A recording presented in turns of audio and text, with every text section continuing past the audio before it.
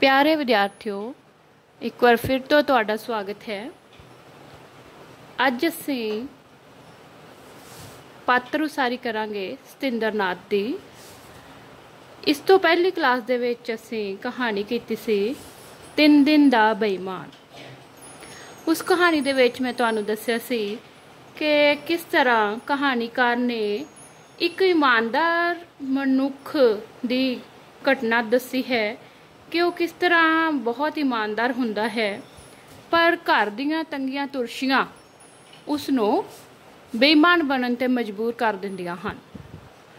भावें उस इंसान ने अपनी भार उम्र विच कदी भी कोई गलत काम या कोई बेईमानी नहीं कीती हुंदी, पर जदों उहदे उत्ते कोई आर्थिक संकट आउंदा है तां वो इहो जिहे घटिया काम करन लई भी तैयार हो जांदा है। इस तरह उस दिन असीं इस कहानी का पूरा सार जो है पढ़िया सी ते हुणे उसे कहानी दे विचों असीं मुख पात्र बाऊ सतिंदर नाथ दी पात्र उसारी करांगे। इस पात्र उसारी दे विच मैं तुहानूं जो पॉइंट हन मुख पॉइंट लिखे हुए हैं ते उन्हां नूं एक्सप्लेन करांगी, उन्हां दी मैं व्याख्या करांगी ते तुसीं उन्हां सारे पॉइंट्स नूं ध्यान दे नाल सुन के ते अपनी कॉपी दे विच या रजिस्टर विच जिथे भी तुसी सारे अपने रिकॉर्ड रख रहे हो उहदे विच उसनूं लिखोगे। शुरू करते हाँ पात्र उसारी सतिंदर नाथ। ये जो प्रश्न है ये तुहानूं पेपर दे विच 8 नंबर का पूछा जाएगा ते तुसी इस 8 नंबर के प्रश्न वास्ते घट्टो घट्ट 7-8 पॉइंट जो हैं वो लिखने होणगे, तां ही फिर तुहाडा जो प्रश्न है कंप्लीट और चंगे नंबरां दा हकदार मन्निया जाएगा।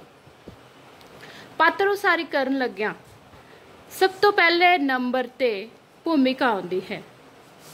भूमिका का मतलब है कि जिस इंसान की असीं पात्र उसारी करैक्टर स्कैच कर रहे हाँ उसके बारे असीं एक छोटा जिहा पैरा लिखना हुंदा है कि वो कौन है, किहड़ी कहानी विच है, उसका कहानी दे विच की रोल है। भूमिका दे विच असीं लिखांगे कि बाऊ सतिंदर नाथ कहानी 3 दिन दा बेईमान दा मुख पात्र है।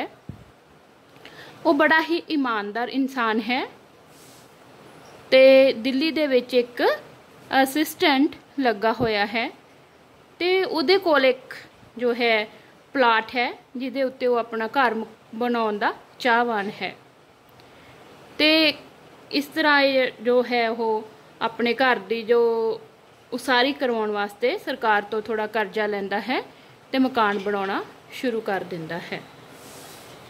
नंबर 2 मेहनती इंसान। बाऊ सतिंदर नाथ बहुत ही मेहनती इंसान है। वो हमेशा मेहनत करके पैसे जोड़ता है ते अपना जो है वधिया तो वधिया घर बनाउणा चाहुंदा है। जिस तरह उसकी पत्नी कहती है कि उसका मकान जो है मुहल्ले के सारे लोगों नालों वधिया होना चाहिए है तो उसकी इस इच्छा नूं पूरा करने वास्ते वो अपनी पूरी मेहनत करता है ते पैसे इकट्ठे करता है। नंबर 3 ते है किरस करन वाला। किरस हुंदा कि जो उस कोल पैसा है उसनों बड़े ही सोच समझ के खर्चना। किरस मतलब कंजूसी करने वाला। जो बाऊ सतिंदर नाथ है वो बहुत ही किरस करने वाला व्यक्ति सी, भाव कि उसको जिन्ना भी पैसा सी थोड़ा सी चाहे बहुता सी उसनों हो बहुत ही सोच समझ के खर्च करता सी। फालतू पैसा जो है नहीं उड़ाउंदा सी ते जिस तरह उसने मकान बनाना शुरू कर दिता सी तां जिवें जिवें उसका मकान बन रहा सी ते उसनूं ये डर सता रहा सी कि उसका मकान किते विचे ही ना रह जाए। इस करके वो जिन्ने भी उसको पैसे थोड़े बचे सन उसनूं बड़ी सोच समझ के खर्च कर रहा सी। नंबर 4 हिम्मती। जो सतिंदर नाथ है बहुत ही हिम्मती व्यक्ति है। वो धुप दे विच सारा दिन अपने मिस्त्रियां दे नाल खड़ा रहिंदा है ते जदों किते उसने समान लैण जाना हुंदा सी बाजार विचों तां भी वो बड़ी हिम्मत दे नाल भज के समान लैके आउंदा ते फिर वापस आके उन्हां मिस्त्रियां दे नाल अपना जो काम करवाउंदा सी, क्योंकि उसने मिस्त्री की सहायता वास्ते सिर्फ एक ही बंदा रखा होया सी ते बाकी दी जो उसकी सहायता सी मिस्त्री दी वो खुद कराउंदा सी, क्योंकि वो बहुत ही हिम्मती व्यक्ति सी। नंबर 5 ते जो पॉइंट है वो है पत्नी तो गल लुकाउण वाला।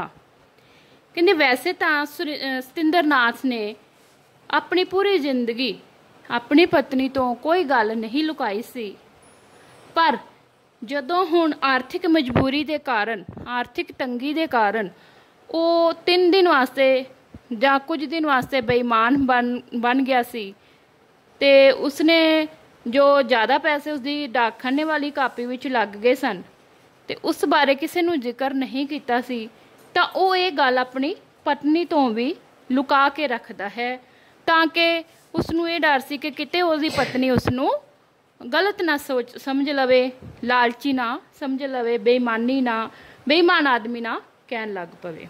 इस करके वो अपनी ये गल जो है अपनी पत्नी तो भी छुपाउंदा है, पर किते ना किते उसकी आत्मा जो है उसनूं झंझोड़दी है कि सारी उम्र जो है उसने कभी भी अपनी पत्नी तो कोई गल नहीं छुपाई, पर हुण वो ये गल जो है अपनी पत्नी तो छुपाउण लई मजबूर हो गया है। इस तरह इस पात्र उसारी का अगला पॉइंट है इकरार दा पक्का। इकरार मतलब वादा जां अपनी गल दा पक्का होना, जुबान दा पक्का होना। जो सतिंदर नाथ से वो अपने इकरार दा बहुत पक्का व्यक्ति सी, क्योंकि मतलब जदों भी उसने जो तरीक जिसनूं दित्ती सी कि मैं तैनूं इस तरीक नूं पैसे या करजा वापस कर देवांगा, ते उसने अपनी पूरी कोशिश दे नाल उस कही हुई तरीक दे अनुसार उस आदमी का पैसा वापस किया, भावें वो किसी तरीके दे नाल भी उसने किया होवे। वो ये गल नहीं सुनना चाहता सी किसी कोलों कि पहला उधार ले लिया और हुण पैसे वापस करने वास्ते वो आई चलाई कर रहा है या मतलब आनाकानी कर रहा है। इस तरह जो सतिंदर नाथ है वो अपने इकरार का बहुत ही पक्का व्यक्ति है। अगला पॉइंट है नंबर 7 चलाकी करने वाला। जो सतिंदर नाथ है वो बेशक बहुत ही ईमानदार व्यक्ति सी ते वो कभी भी मतलब किसी दे नाल धोखा नहीं करता सी, पर कहानी के अंत विच उसनूं एक चलाक व्यक्ति के तौर पर भी पेश किया गया है। जदों उसके डाकखाने वाली कापी दे विच कुछ पैसे ज़्यादा लग गए सन, बेशक वो पैसे उसके अपने ही सन, पर सतिंदर नाथ नूं अजे इस गल का नहीं पता सी कि उसके पैसे जो है ये उसी दे पैसे हैं जो हिसाब दे विच लगे हुए हैं, ते पर वो इस गल का जिक्र किसी दे नाल भी नहीं करता। बड़ी चलाकी दे नाल वो गल अपने अंदर ही समाउण दी कोशिश करता है और अपनी इस चलाकी नूं किसी अगे ना जाहिर करन लई वो अपने अकाउंट विच 100 रुपया होर जमा करा दिंदा है ताकि किसी नूं कोई शक ना होवे कि पैसे वाधू उसके अकाउंट विच जुड़ गए हैं। इस तरह 128 रुपया की थां ते हुण उसकी कापी दे विच 228 रुपये हो गए सन, क्योंकि वो समझदा सी कि जदों हुण उसकी कापी विच 228 रुपये हो जाएंगे तो वो कुछ पैसे कढ़वा लेगा ते किसी नूं शक भी नहीं होएगा कि उसकी कापी दे विच गलत पैसे जमा हो गए हैं। इस तरह वो चलाकी करने वाला इंसान भी दिखाया गया है कहानी विच। अगला साडा पॉइंट है ठरम्मे वाला। ठरम्मे वाला भाव हौसले वाला। कहते सतिंदर नाथ जो है इस कहानी विच एक ठरम्मे वाला बहुत ही ठंडे सुभाव वाला व्यक्ति भी दिखाया गया है। जदों कहानी दे विच कई तरह के लोग उसनूं गल्लां सुना के जाते हैं कि तू साडे तो पैसे तो लै लए हैं ते हुण तू वापस नहीं कर रहा, तो वह उन्हां लोकां दा मुकाबला बड़े ही शांत सुभाव नाल करदा है।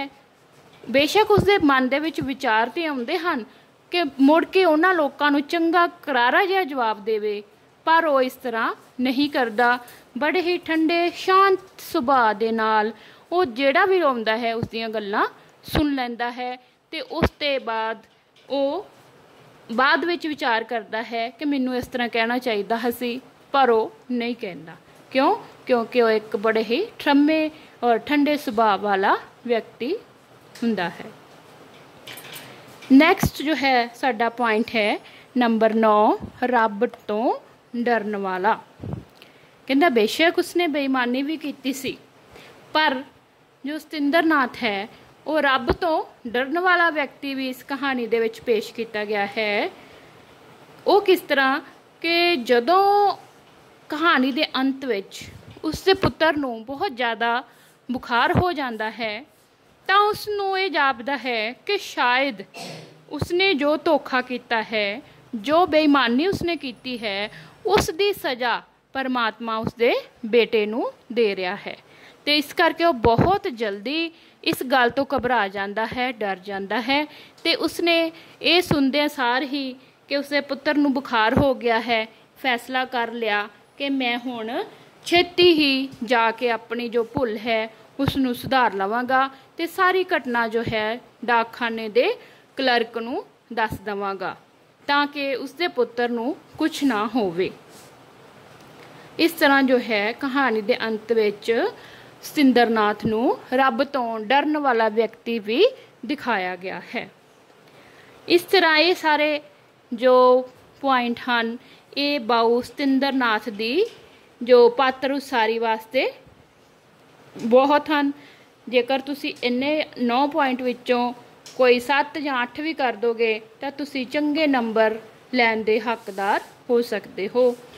पर इसके वास्ते तुहानू किया कि इन्हां सारे पॉइंट्स नू चंगी तरह एक्सप्लेन करना होएगा, जिस तरह तुहानू मैं हुण दस्सिया है। फिर भी जेकर कोई डाउट होवे तो तुसी दोबारा पूछ सकते हो। पर ये सारे जो पॉइंट हैं तुसी एक नोटबुक दे विच एक्सप्लेन जरूर करने हैं। ये एक्सप्लेन करके ही तुसी मैनू भेजोगे पूरी पात्र उसारी।